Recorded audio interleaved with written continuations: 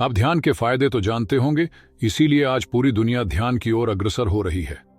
ध्यान से किसी और का फायदा हो या ना हो, लेकिन ध्यान से खुद का फायदा होता है। ध्यान एक ऐसी क्रिया है जो खुद की उन्नति करती है। आज ध्यान या मेडिटेशन के बारे में हमने बहुत सारा ज्ञान इकट्ठा कर रखा है। हो सकता है तुम्हें ध्यान की बहुत सारी बारीकियां पता हो, उनकी अवस्था पता हो, परंतु जब बात खुद पर आती है, यानी जब आप ध्यान करने बैठते हैं, तो ध्यान के बारे में इकट्ठा किया हुआ सारा ज्ञान, सभी नॉलेज आप ही के काम नहीं आती। क्योंकि आप जानते हैं ध्यान तो करना है, उसके अनेकों फायदे हैं, परंतु ध्यान में उतर नहीं पाते, तुम्हारा मन ध्यान में नहीं लगता।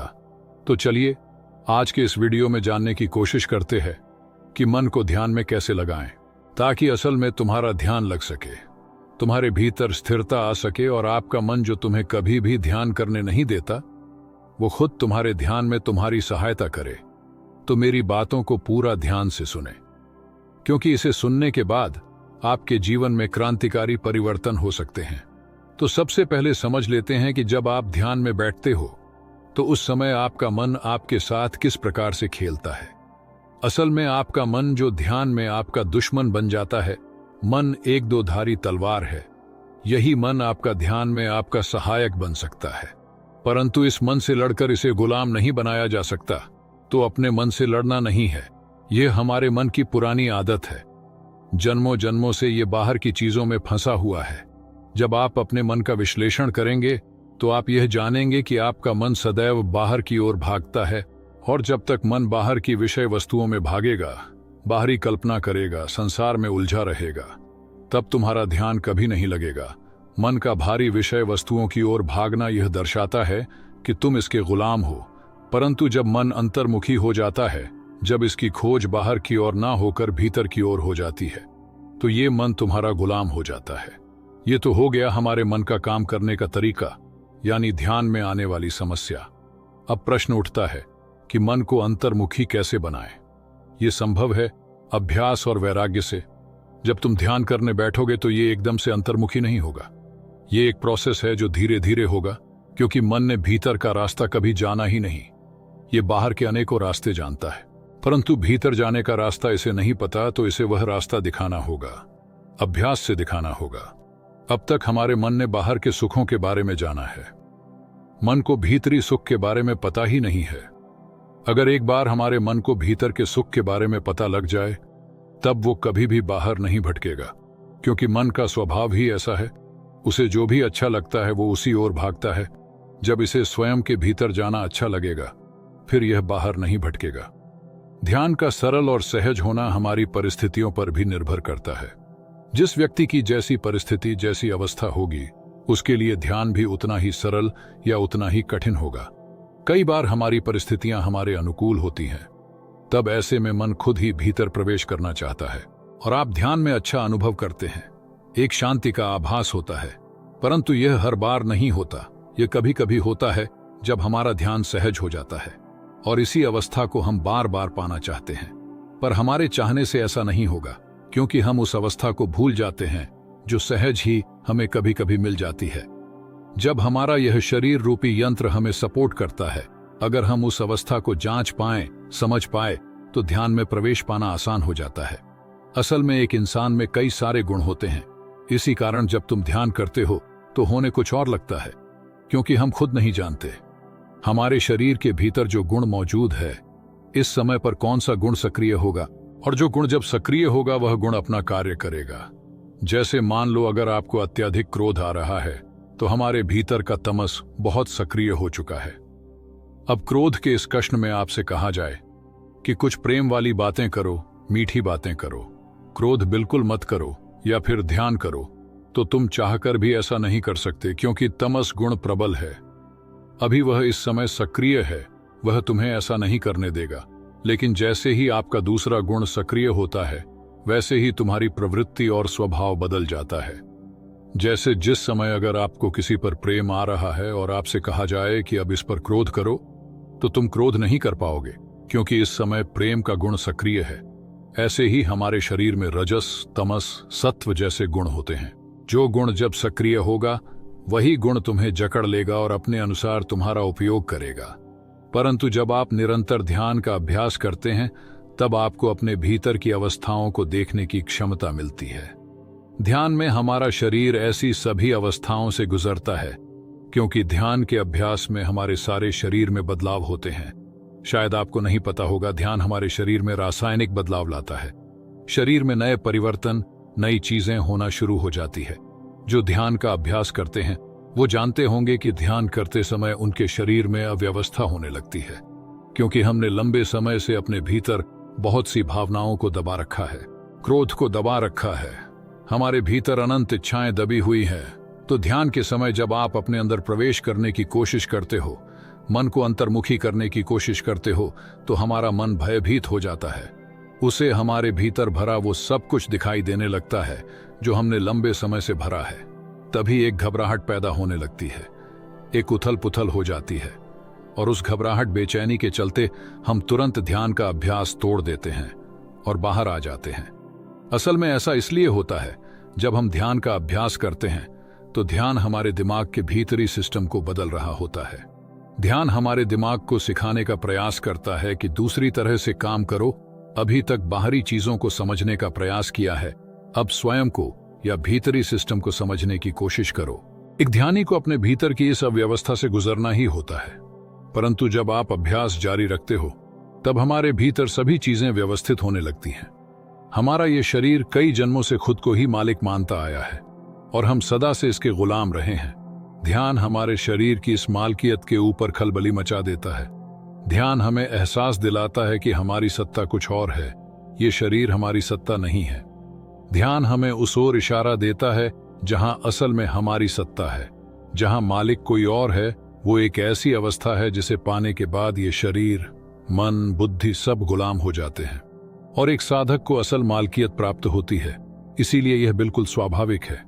जब कोई साधक ध्यान करता है तो उसका शरीर और मन उसे भटकाने की पूरी कोशिश करता है, और अगर तुम इस अवस्था से विचलित हो गए तो तुम पुनः खो जाओगे। और अगर तुम खामोशी से बैठे रहो, खुद को विचलित ना होने दो।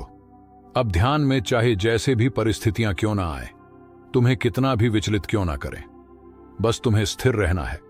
तो कुछ देर के प्रयास से तुम यह पाओगे कि आपके भीतर की हर प्रकार की उथल पुथल और वो हलचल शांत होने लगी है। और जब सभी व्यवधान गायब हो जाएंगे तब तुम्हें एहसास होगा कि सारा शरीर मानो गायब हो गया हो। आपको बहुत हल्का महसूस होगा, क्योंकि जितना तुम स्वयं को शरीर मानोगे, जितना अधिक भौतिकवादी रहोगे, उतना ही तुम्हें भारीपन रहेगा। परंतु जब ध्यान लगेगा, तुम्हारे भीतर स्थिरता उतरेगी, तो ये शरीर खो जाएगा और तुम्हें हवा की तरह हल्का महसूस होगा, क्योंकि हम शरीर और मन से परे उस परम सत्ता से जुड़ने लगते हैं जो हमारा असल होना है। एक खोजिए जब ध्यान के मार्ग को चुनता है, उसके जीवन में बहुत सी उलझनें आती हैं, और कई बार यह उलझनें इतनी विचलित करती है कि जितनी एक सामान्य व्यक्ति को नहीं करती है, क्योंकि ध्यान हमें क्लैरिटी देता है, जिसके कारण समस्या और उलझनें हमें साफ साफ दिखाई पड़ने लगती हैं। ध्यान के अभ्यास में बार बार ध्यान नहीं लगेगा, कई बार छोटे छोटे क्रम में ध्यान लगेगा और कई बार लंबे समय तक ध्यान नहीं लगेगा। ये बिल्कुल स्वाभाविक है, परंतु ध्यान का अभ्यास नहीं छोड़ना है। जैसे जैसे ध्यान का अभ्यास करते रहोगे, वैसे वैसे आपके भीतर स्थिरता आने लगेगी और आपका ध्यान लगने का समय बढ़ता चला जाएगा। तो अगर आप ध्यान के मार्ग पर है, फिर आपको ध्यान का अभ्यास नहीं छोड़ना चाहिए। मन कहेगा कुछ नहीं हो रहा, आगे भी कुछ नहीं होगा, ये मन का काम है, उसे करने दो। तुम्हें मन से मजबूत होना है। ध्यान का अभ्यास कभी विफल नहीं जाता। जब सही समय होगा, तुम्हारे हर एक सवालों के जवाब तुम्हें स्वयं से ही मिलने लगेंगे। नमस्कार प्यारे दोस्तों, क्या आप जानते हैं कि नाक से नाभि तक 50 सांसों का रहस्य क्या है? दोस्तों, अगर आप भी ध्यान कर रहे हैं लेकिन ध्यान में प्रवेश नहीं कर पा रहे, आपने बहुत बार प्रयत्न कर लिया लेकिन फिर भी आपको ध्यान के कोई भी अनुभव नहीं हो रहे, इसका सबसे बड़ा कारण है कि आपके इस स्थूल शरीर में ध्यान की वह ऊर्जा बन ही नहीं रही जो आपको ध्यान की गहराइयों तक ले जाए। अगर आप ध्यान की गहराइयों तक जाना चाहते हैं तो हमारे साथ वीडियो में एंड तक बने रहिए। साथ ही ऐसी जानकारी भरी वीडियो देखने के लिए हमारे चैनल इंस्पायर्ड मोंक को सब्सक्राइब जरूर कर लें। तो वीडियो शुरू करते हैं। ध्यान की गहराइयों में जाने के लिए आपको नाक और नाभि के संबंध को समझना होगा, और यह नाक और नाभि का संबंध हमारी सांसों से जुड़ा हुआ है। वे सांसें जो हमारे जीवन का मूल आधार है, वे सांसें जिनसे हमारा यह स्थूल शरीर कार्यशील हो पाता है, वे सांसें जिससे हम अपने भीतर समस्त अनुभूति कर पाते हैं। क्योंकि जब तक हम मनुष्य अपनी सांसों का सही से इस्तेमाल नहीं करेंगे, तब तक हम ध्यान के कोई भी अनुभव को नहीं पा सकते हैं। सभी मनुष्य के जीवन में एक एक सांस का बहुत महत्व है, और यह एक एक सांस ही हमारे जीवन को गति देती है। अब हमारे जीवन में किस दिशा में गति हो रही है, इसका निर्धारण भी हमारी सांसें करती है। जैसे उथली सांसें हमारे जीवन को नकारात्मकता की ओर धकेलती है, नेगेटिविटी की ओर धकेल देती है, जबकि हमारे नाभि तक ली गई सांसें हमें आध्यात्मिक की ओर लेकर जाने की कोशिश करती है, समाधि में प्रवेश कराती है, ध्यान की उच्च अवस्था में प्रवेश कराती है और सजगता पूर्ण ली गई। ये सांसें ध्यान की चौथी अवस्था तुरीय अवस्था का भी अनुभव करा सकती है, लेकिन इन सभी अनुभवों को आप तभी कर सकते हैं जब आप अपने सांसों के सही इस्तेमाल को समझ लें।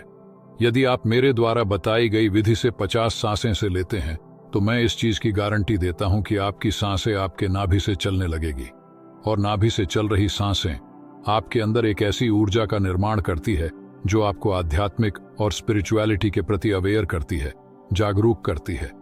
अब आपके दिमाग में यह प्रश्न आ सकता है कि आखिर नाभि तक ही सांस क्यों ली जाए? दोस्तों, नाभि हमारे इस समस्त शरीर का सेंटर पॉइंट है, और इस सेंटर पॉइंट से ही होकर हमारे शरीर की विभिन्न नाड़ियां जुड़ी हुई हैं। और जब हम नाभि तक गहरी सांस लेते हैं, तो सांस के रूप में हमने जो प्राण वायु को अपने शरीर के अंदर खींचा है, वह हमारे नाभि पर एकत्र होकर हमारे शरीर के विभिन्न नाड़ियों, विभिन्न ऊतकों और विभिन्न कोशिकाओं तक पहुंच पाती है। हमारे इस नाभि के द्वारा ही इस समस्त शरीर का पोषण किया जाता है, न केवल पैदा होने के बाद, बल्कि जब एक शिशु अपने मां के गर्भ में होता है, तब भी वह इसी नाभि के माध्यम से ही जुड़ा रहता है, और शरीर के लिए उपस्थित सभी पोषक तत्व इसी नाभि के माध्यम से लेता है। इसीलिए इस प्रकृति ने हमारे इस स्थूल शरीर के लिए नाभि को ही केंद्र माना है।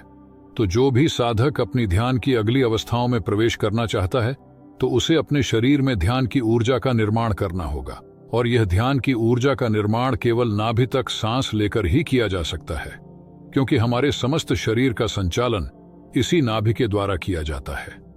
तो हमारे लिए ध्यान समाधि की अवस्था भी यही निर्धारित करती है। आपने देखा होगा कि सांस लेते वक्त आप अपनी सांसों को फेफड़े से ही बाहर फेंक देते हैं, या जब आप सांस लेते हैं तो आप केवल अपने फेफड़ों तक ही सांस को महसूस करते हैं। उसके बाद आपको यह पता ही नहीं चलता कि आपकी श्वास आपके नाभि तक जा रही है या नहीं। यही मनुष्य की सबसे बड़ी गलती है। वह ध्यान तो बहुत करते हैं, बहुत से प्राणायाम करते हैं, परंतु जब वह अपनी उथली सांसों को अपने फेफड़ों से ही बाहर फेंक देता है, तो कैसे उसके अंदर सजगता का निर्माण होगा, उस ऊर्जा का निर्माण होगा जो उसके ध्यान के लिए अति आवश्यक है। नाभि तक सांस लेना केवल एक साधक के लिए आवश्यक नहीं, बल्कि प्रत्येक मनुष्य के लिए आवश्यक है, क्योंकि आपके जीवन में आ रही विभिन्न परेशानियों, उनका कारण आपकी उथली सांसें ही हैं। व्यक्ति अपने जीवन में बहुत से निर्णय ऐसे ही ले लेता है, उन पर विचार नहीं करता, क्योंकि उसके जीवन में विचार शक्ति का अभाव है। विचार शक्ति का अभाव इसलिए है क्योंकि वह इतना उलझा हुआ है कि वह कभी अपने भीतर झांक कर देखता ही नहीं। साक्षी भाव कभी वह हो ही नहीं पाता। जब तक आप साक्षी ना हो सके, तब तक आप स्वयं को कैसे जान पाओगे? अपने विचार, अपनी आदतों को कैसे पहचान पाओगे? हर व्यक्ति स्वयं में बदलाव करना चाहता है, लेकिन उसको बदलना क्या है वह यही नहीं जानता। उसका मेन कारण है कि उसने कभी अपने आप को देखा ही नहीं, सजगता का भाव उसमें आया ही नहीं, और वह सजग तो तभी होगा जब वह नाभि तक सांस लेगा, एक गहरी सांस लेगा, डीप ब्रीथिंग करेगा। डीप ब्रीथिंग का केवल यही फायदा नहीं, बल्कि जीवन में हो रही अनिश्चितता, अनिद्रा, अनियमितता और इसके साथ साथ चिड़चिड़ापन भी गहरी सांसों के माध्यम से दूर किया जा सकता है। ये गहरी सांस न केवल व्यक्ति के आध्यात्मिक बल्कि सामाजिक जीवन में भी बदलाव लाती है, और एक बदला हुआ व्यक्ति स्वयं के साथ साथ इस समाज को भी बदलने का प्रयत्न करता है। एक अच्छे समाज के निर्धारण के लिए व्यक्ति का साक्षी होना बहुत आवश्यक है, क्योंकि वही व्यक्ति विचार विमर्श कर सकता है जिसमें पेशेंस हो, शांति हो, समझने का भाव हो। वह व्यक्ति कभी किसी समस्या का समाधान नहीं दे सकता जो अग्रेसिव हो। इसीलिए यदि आप स्वयं में शांति पाना चाहते हैं, जीवन में बदलाव चाहते हैं, स्वयं में बदलाव चाहते हैं, तो आपको ध्यान के इस प्रयोग को अवश्य करना होगा। और नाभि तक श्वास की स्थिति को पहचानना होगा। तो यदि आप अपने जीवन में शांति पाना चाहते हैं, ध्यान के अनुभव करना चाहते हैं, तमाम समस्याओं से बचना चाहते हैं, तो मेरे द्वारा बताई गई ये 50 सांसों के रहस्य को समझ लीजिए। आपके जीवन को बदलने की गारंटी मेरी है। तो आइए इस 50 सांसों के प्रयोग को करते हैं। इस 50 सांसों के प्रयोग को करने के लिए सबसे पहले आप 50 सांसों के रहस्य को समझ लीजिए। 50 सांसों को लेने का अर्थ है कि एक नॉर्मल व्यक्ति 1 मिनट में 14 से 15 सांस लेता है, लेकिन उसे अपने सांसों की स्थिरता को बनाए रखना है और सांस लेने की इस गति को 5 से 6 सांसों में विभक्त कर लेना है। यानी एक व्यक्ति को यह प्रयोग केवल 9 से 10 मिनट करना है और उसे अपने भीतर एक ऐसे ध्यान की ऊर्जा मिलेगी जो न केवल उसके आध्यात्मिक जगत को बल्कि उसके सामाजिक जगत को। तो आइए प्रयोग को प्रारंभ करते हैं। सबसे पहले आपको अनुलोम विलोम का अभ्यास करना है। अनुलोम विलोम का अभ्यास आपको 5 से 7 मिनट करना है, ताकि आप यह जान सके कि आप जो सांस ले रहे हैं वह कहां तक ले रहे हैं। और अनुलोम विलोम के माध्यम से आप बड़ी आसानी से जान सकते हैं कि आपकी सांस आपके फेफड़ों से चल रही है या आपके नाभि से भी बदलने का सामर्थ्य रखती है। सांस लेते वक्त आपका पेट फूलना और सांस छोड़ते वक्त आपका पेट भी पिचकना चाहिए। तो चलिए पहले अनुलोम विलोम का अभ्यास कर लेते हैं। तो जब आपको लगे कि आपकी सांसें स्थिर हो गई हैं और आप नाभि तक श्वास ले पा रहे हैं, तब आप सुखासन में बैठ जाइए। आपकी कमर और गर्दन सीधी होनी चाहिए। अब आपको सांस लेना है, सांस को रोक कर रखना है। जब तक आप रोक सकें, अब छोड़ेंगे, फिर लेंगे, जितना रोक सकते हैं उतना रोकेंगे, फिर छोड़ेंगे। ऐसा ही जब आप 10 मिनट कर लेंगे, तब आप देखेंगे कि आपके शरीर में एक झनझनाहट सी पैदा हो रही है, एक ऐसी परम शांति जिसमें आप स्वयं को जानने का प्रयत्न करेंगे। कुछ लोगों के कान में झिंगुर की सीटी जैसी आवाज भी सुनाई दे सकती है। तो आपको इस चीज से डिस्ट्रैक्ट नहीं होना है, क्योंकि आप पहली बार ऐसा कर रहे हैं, इसलिए आपके शरीर में विभिन्न हलचल हो रही है। तो इसका नियमित अभ्यास करने से आपको एक परम शांति में महसूस होगी। गुस्सा आना बंद हो जाएगा, आपका चिड़चिड़ापन दूर हो जाएगा, सभी को आप प्रेम भाव होकर देखेंगे। आप सांस लेते वक्त जब अपनी सांसों को सजगतापूर्ण देखते हैं, तब आप स्वयं में साक्षी भाव का दर्शन कर पाते हैं और यही साक्षी भाव आपके जीवन को बदलने का कार्य करती है। लेकिन एक सावधानी बरतनी है जिन लोगों को सांस लेने में समस्या है, डायबिटीज की समस्या है या उच्च रक्तचाप की समस्या है। ऐसे लोग इस प्रयोग में थोड़ा बदलाव कर सकते हैं। वे सांसों को ज्यादा देर तक ना रोकें। इस प्रयोग के दौरान आपको जो भी अनुभव हो, आप नीचे कमेंट सेक्शन में जरूर लिखिए। मिलते हैं किसी और वीडियो में। क्या आप जानते हैं कि हमारे शरीर में एक ऐसी रहस्यमय नाड़ी है जिसे जागृत कर लिया जाए तो इंसान अपनी पूरी जिंदगी बदल सकता है। एक ऐसी नाड़ी जो न केवल हमें मानसिक और शारीरिक रूप से मजबूत बनाती है, बल्कि आध्यात्मिक ऊंचाइयों तक ले जाती है। लेकिन सबसे चौंकाने वाली बात यह है कि 99% लोग इसकी अस्तित्व से भी अनजान है। यह वही रहस्यमय शक्ति है जिसे हमारे ऋषि मुनियों ने हजारों साल पहले जाना और प्रयोग किया। यह शक्ति हमें स्थिरता, शांति और अपार ऊर्जा देती है। इसे सुषुम्ना नाड़ी कहा जाता है।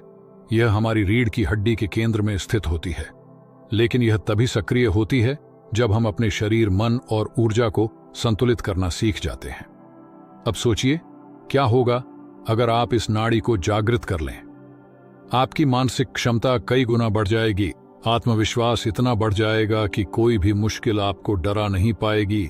आपकी एकाग्रता ऐसी हो जाएगी कि लोग आपसे प्रेरणा लेने लगेंगे। और सबसे बड़ी बात, आपका आध्यात्मिक विकास इतनी ऊंचाइयों तक पहुंच जाएगा कि दुनिया की कोई भी नकारात्मकता आपको प्रभावित नहीं कर पाएगी। लेकिन यहां एक महत्वपूर्ण सवाल आता है, अगर यह शक्ति इतनी जबरदस्त है तो फिर दुनिया के अधिकतर लोग इसे क्यों नहीं पहचान पाते? इसका कारण यह है कि हम में से अधिकतर लोग ईड़ा और पिंगला नाड़ी में ही उलझे रहते हैं। ये दोनों नाड़ियां हमारे शरीर में द्वैत को दर्शाती है, यानी तर्क और भावना, पुरुष और स्त्री ऊर्जा, सूर्य और चंद्रमा, दिन और रात। हमारा सारा जीवन इसी द्वैत में उलझा रहता है। आपने गौर किया होगा कि कभी कभी हमारा दिमाग बहुत सक्रिय हो जाता है और हम अत्यधिक तर्कशील हो जाते हैं, जबकि कभी कभी हम सिर्फ भावनाओं के प्रवाह में बहने लगते हैं। कभी हम बहुत क्रोधित हो जाते हैं तो कभी निराशा में डूब जाते हैं। ये सब हमारे भीतर चल रहे हैं। ईड़ा और पिंगला के असंतुलन के कारण होता है, लेकिन जिस दिन आप सुषुम्ना नाड़ी को सक्रिय कर लेते हैं उस दिन से यह असंतुलन समाप्त हो जाता है। आप न तो अति भावुक होते हैं, न ही अत्यधिक तर्कशील।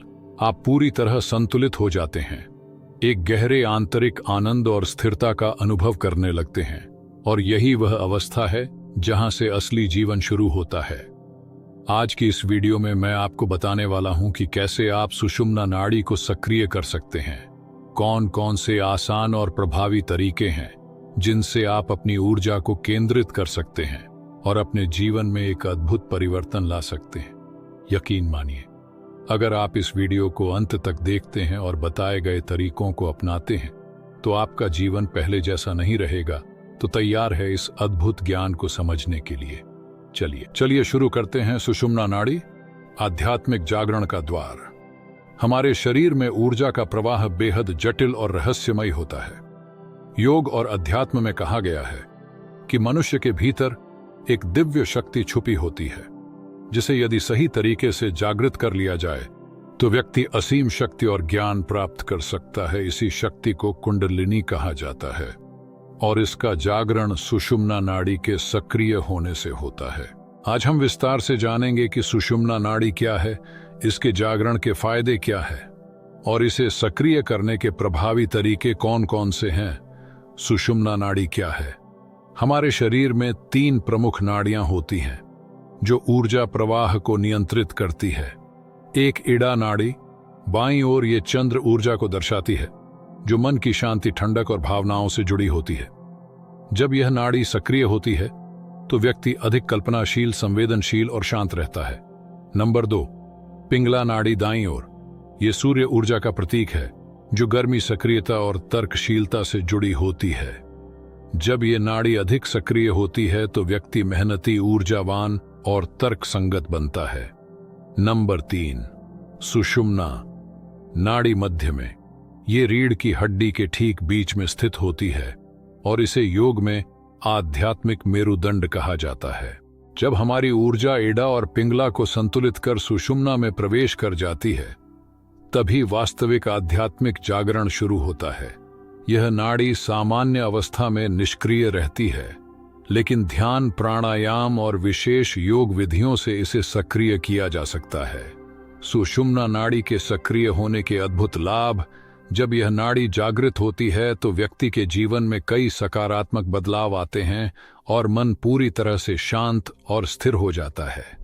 ध्यान में गहरी अनुभूति और अद्भुत ऊर्जा का अनुभव होता है। आध्यात्मिक शक्तियों, सिद्धियों का विकास होने लगता है। तनाव, चिंता और भय खत्म हो जाते हैं। व्यक्ति का ऑरा, आभा मंडल शक्तिशाली हो जाता है। शरीर में ऊर्जा का स्तर बहुत बढ़ जाता है, जिससे थकान महसूस नहीं होती। माया का प्रभाव कम हो जाता है और सच्चे वैराग्य की अनुभूति होती है। जीवन में गहरे आत्मविश्वास और संतुलन की अनुभूति होती है। कई योगियों और साधकों ने इस नाड़ी के जागरण से अविश्वसनीय आध्यात्मिक ऊंचाइयां प्राप्त की हैं। लेकिन सवाल ये उठता है कि आखिर इसे सक्रिय कैसे करें? सुषुम्ना नाड़ी को सक्रिय करने के लिए 3 प्रभावी तरीके। 1, अनुलोम विलोम प्राणायाम, ऑल्टरनेट नॉस्ट्रिल ब्रीथिंग। इस प्राणायाम का अभ्यास करने से ईड़ा और पिंगला नाड़ी संतुलित हो जाती है, जिससे सुषुम्ना नाड़ी के सक्रिय होने का मार्ग प्रशस्त होता है। कैसे करें? आरामदायक मुद्रा में बैठिए और आंखें बंद करें, दाएं हाथ के अंगूठे से। दूसरा लाभ, महामुद्रा, महाबंध और महावेद, 3 ग्रेड योगिक लॉक्स। ये 3 शक्तिशाली योग तकनीकें सुषुम्ना नाड़ी को जागृत करने में सहायक होती है। कैसे करें? महामुद्रा, पद्मासन में बैठे गहरी सांस लें और धीरे धीरे छोड़ते हुए ठोड़ी को छाती से लगा लें। यह मुद्रा कुंडलिनी जागरण में सहायक होती है। महाबंध, इसमें मूलाबंध, उड़ियान और जालंधर बंध का प्रयोग किया जाता है, जिससे ऊर्जा सुषुम्ना में प्रवाहित होने लगती है। महावेद, यह बंधों और मुद्राओं को जोड़कर किया जाता है, जिससे शरीर और मन में अद्भुत बदलाव आने लगते हैं। तीसरा लाभ, ब्रह्मचर्य और ध्यान। ब्रह्मचर्य का पालन करने से शरीर की ऊर्जा सुरक्षित रहती है और यह ऊर्जा सुषुम्ना नाड़ी में प्रवेश कर आध्यात्मिक शक्ति में परिवर्तित होती है। गहरे ध्यान से मस्तिष्क तरंगे धीमी हो जाती हैं, जिससे कुंडलिनी शक्ति सहज रूप से ऊपर उठने लगती है। कैसे करें? हर दिन 30 मिनट से 1 घंटे तक ध्यान करें। सोने से पहले कुछ देर मन को शांत करें। अपनी ऊर्जा को बाहरी इच्छाओं में व्यर्थ न गंवाएं। सुषुम्ना नाड़ी जागरण के संकेत, सिम्टम्स ऑफ एक्टिवेशन।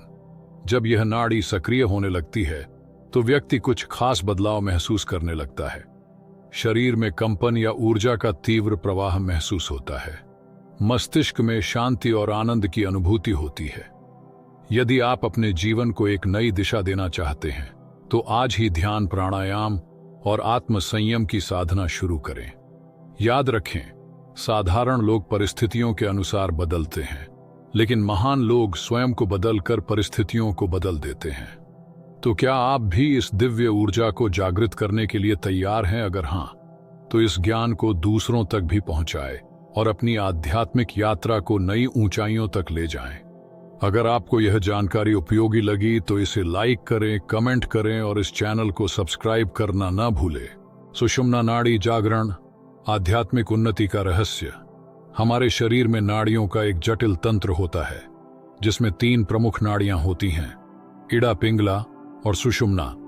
ये तीनों नाड़ियां प्राण ऊर्जा को प्रवाहित करने का कार्य करती हैं और हमारे मानसिक, शारीरिक, आध्यात्मिक विकास में महत्वपूर्ण भूमिका निभाती है। सुषुम्ना नाड़ी को योग और तंत्र शास्त्रों में सबसे महत्वपूर्ण बताया गया है, क्योंकि यही नाड़ी कुंडलिनी जागरण और आत्म साक्षात्कार के लिए मार्ग प्रदान करती है। जब यह पूरी तरह से सक्रिय होती है, तब व्यक्ति चेतना की उच्च अवस्था को प्राप्त कर सकता है।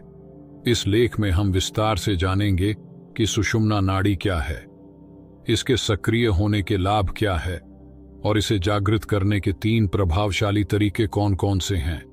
सुषुम्ना नाड़ी क्या है? हमारे शरीर में 3 मुख्य नाड़ियां होती हैं। एक इड़ा नाड़ी बाईं ओर, ये चंद्र ऊर्जा से संबंधित होती है और मनोभाव, शांति और ठंडक को दर्शाती है। 2 पिंगला नाड़ी दाईं ओर, ये सूर्य ऊर्जा का प्रतिनिधित्व करती है और सक्रियता, गर्मी और उत्साह प्रदान करती है। 3 सुषुम्ना नाड़ी मध्य में, जब इड़ा और पिंगला संतुलित हो जाती है, तब ऊर्जा सुषुम्ना नाड़ी में प्रवाहित होने लगती है, जिससे आध्यात्मिक विकास शुरू होता है। सुषुम्ना नाड़ी मेरुदंड, स्पाइनल कॉर्ड के केंद्र में स्थित होती है और इसे आध्यात्मिक मेरुदंड भी कहा जाता है।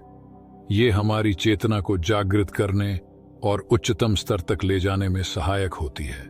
सुषुम्ना नाड़ी के सक्रिय होने के लाभ। जब सुषुम्ना नाड़ी पूरी तरह से जागृत हो जाती है, तब व्यक्ति अपने मानसिक, आध्यात्मिक और शारीरिक स्तर पर असाधारण परिवर्तन महसूस करने लगता है। इसके प्रमुख लाभ निम्नलिखित है। मन की शांति। जब सुषुम्ना नाड़ी सक्रिय होती है, तब मन पूरी तरह से शांत और संतुलित हो जाता है। ध्यान की गहराइयों में प्रवेश। यह ध्यान को और अधिक प्रभावशाली बनाती है, जिससे व्यक्ति गहरे ध्यान में जा सकता है। आध्यात्मिक और मानसिक शक्तियों का विकास। इससे मानसिक क्षमता और आध्यात्मिक शक्तियां और जागृत होती है। आभा मंडल, ऑरा की वृद्धि। व्यक्ति का आभा मंडल शक्तिशाली हो जाता है, जिससे उसका व्यक्तित्व अधिक प्रभावशाली बनता है। सच्चे वैराग्य की अनुभूति। माया का प्रभाव धीरे धीरे कम होने लगता है और व्यक्ति वैराग्य की ओर अग्रसर होता है। इच्छा शक्ति और आत्मबल में वृद्धि। यह नाड़ी व्यक्ति की इच्छा शक्ति और आत्म संयम को भी मजबूत करती है। कुंडलिनी जागरण में सहायक। जब यह पूरी तरह सक्रिय होती है, तब कुंडलिनी शक्ति स्वतः ही ऊपर उठने लगती है, जिससे आध्यात्मिक जागरण होता है। सुषुम्ना नाड़ी का वैज्ञानिक और आध्यात्मिक रहस्य। योग और ध्यान में सुषुम्ना नाड़ी को ऊर्जा राजमार्ग, एनर्जी हाईवे कहा जाता है। वैज्ञानिक दृष्टिकोण से यह मेरुदंड के अंदर स्थित होती है और मस्तिष्क तथा शरीर के बीच सूक्ष्म ऊर्जा प्रवाह को नियंत्रित करती है। योगी और साधक इस नाड़ी को जागृत करने के लिए वर्षों तक तपस्या करते हैं। प्राचीन ऋषि मुनि मानते थे कि जब इस नाड़ी में ऊर्जा प्रवाहित होने लगती है तब व्यक्ति सामान्य चेतना से ऊपर उठकर दिव्य चेतना की ओर बढ़ने लगता है। लेकिन क्या आपको पता है कि कुछ खास विधियों के जरिए आप भी इसे जागृत कर सकते हैं? अब हम जानेंगे 3 प्रभावी तरीके जिनसे आप सुषुम्ना नाड़ी को जागृत कर सकते हैं। 3 शक्तिशाली तरीके सुषुम्ना नाड़ी को जागृत करने के लिए। यदि किसी भी समय एक नासिका अधिक सक्रिय हो तो योग दंड का उपयोग करें। जिस नासिका में सांस अधिक चल रही हो उसके विपरीत बगल में योग दंडा रखें और हल्का दबाव दें। कुछ ही मिनटों में सांस दोनों नासिकाओं से समान रूप से प्रवाहित होने लगेगी, जिससे ऊर्जा सुषुम्ना नाड़ी में प्रवेश कर सकेगी। लाभ: यह तकनीक नाड़ी तंत्र को संतुलित करती है और ऊर्जा प्रवाह को नियंत्रित करती है। नंबर 3, सूर्य नमस्कार और आसान अभ्यास। सूर्य नमस्कार न केवल शारीरिक व्यायाम का उत्तम साधन है, बल्कि यह सुषुम्ना नाड़ी को जागृत करने में भी सहायक है। प्रतिदिन कम से कम 12 बार सूर्य नमस्कार करें। यह शरीर की ऊर्जा को संतुलित करता है और सुषुम्ना नाड़ी में ऊर्जा प्रवाहित करता है। इसके अलावा पद्मासन, वज्रासन और सर्वांगासन का अभ्यास भी फायदेमंद होता है। लाभ: यह शरीर को लचीला बनाता है और मानसिक एवं आध्यात्मिक ऊर्जा को सक्रिय करता है। सुषुम्ना नाड़ी और कुंडलिनी जागरण का रहस्य: जब सुषुम्ना नाड़ी पूरी तरह से जागृत हो जाती है तब कुंडलिनी शक्ति स्वतः ऊपर उठने लगती है। जैसे जैसे यह शक्ति ऊपर बढ़ती है हमारे 7 चक्र जागृत होते जाते हैं। मूलाधार चक्र के जागृत होने से आत्मविश्वास और स्थिरता बढ़ती है। स्वादिष्ठान चक्र से रचनात्मकता और ऊर्जा का विकास होता है। मणिपुर चक्र से इच्छा शक्ति मजबूत होती है। अनाहद चक्र से प्रेम, करुणा और भावनात्मक स्थिरता बढ़ती है। विशुद्ध चक्र से वाणी में प्रभाव और अभिव्यक्ति की शक्ति आती है। आज्ञा चक्र से दिव्य दृष्टि और अंतर्ज्ञान बढ़ता है। सहस्त्रार चक्र से समाधि और आत्मबोध की स्थिति प्राप्त होती है। सुषुम्ना नाड़ी को जागृत करना एक गूढ़ विज्ञान है, लेकिन यदि सही तरीके से अभ्यास किया जाए तो कोई भी व्यक्ति इस अद्भुत ऊर्जा को सक्रिय कर सकता है। यदि आप नियमित रूप से श्वास तकनीक, योग दंडा और सूर्य नमस्कार का अभ्यास करते हैं तो धीरे धीरे आपकी चेतना का स्तर ऊंचा उठने लगेगा और आध्यात्मिक उन्नति की राह खुल जाएगी। तो क्या आप भी सुषुम्ना नाड़ी को जागृत करने के लिए तैयार हैं? आपका जीवन बदल सकता है। इसे अपनाइए या बस सुनिए दोस्तों। यह ज्ञान हजारों वर्षों से छिपा हुआ था, लेकिन अब यह आपके पास है। अब यह आप पर निर्भर करता है कि आप इसे सिर्फ सुनेंगे या इसे अपने जीवन में लागू भी करेंगे। सुषुम्ना नाड़ी का जागरण सिर्फ एक योग प्रक्रिया नहीं है, बल्कि यह आपके जीवन की दिशा बदल सकता है। जब यह जागृत होती है तो व्यक्ति अपनी पूरी क्षमता का उपयोग कर सकता है और आत्मज्ञान की ओर बढ़ सकता है। अब आप क्या करेंगे? हमारे ऋषि मुनियों ने इस गुण विद्या को हमें सौंपा ताकि हम अपने भीतर छुपी शक्तियों को पहचान सकें।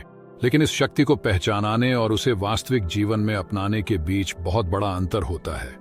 इस वीडियो में आपने सीखा कि सुषुम्ना नाड़ी को कैसे जागृत किया जाए, लेकिन क्या आप इसे अपने जीवन में लागू करेंगे?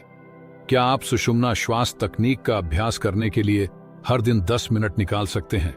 क्या आप योग दंडा तकनीक और सूर्य नमस्कार को अपनी दिनचर्या में शामिल करेंगे? क्या आप इस रहस्यमयी शक्ति का उपयोग कर अपने जीवन को नई ऊंचाइयों तक ले जाना चाहेंगे? अगर आपका जवाब हाँ है, तो अब समय आ गया है कि आप इसे सिर्फ सुनकर न छोड़े, बल्कि इसे अपने जीवन में उतारे। आइए इसे और गहराई से जानें। आपको यह वीडियो पसंद आई हो तो वीडियो को लाइक जरूर करें। सुषुम्ना ब्रेथ वर्क यह एक अत्यंत प्रभावी और सरल अभ्यास है जिससे सुषुम्ना नाड़ी को सक्रिय किया जा सकता है। आंखें बंद करें और सांस को नासिका द्वार से आते जाते महसूस करें। सांस लेते समय यह अनुभव करें कि ऊर्जा मेरु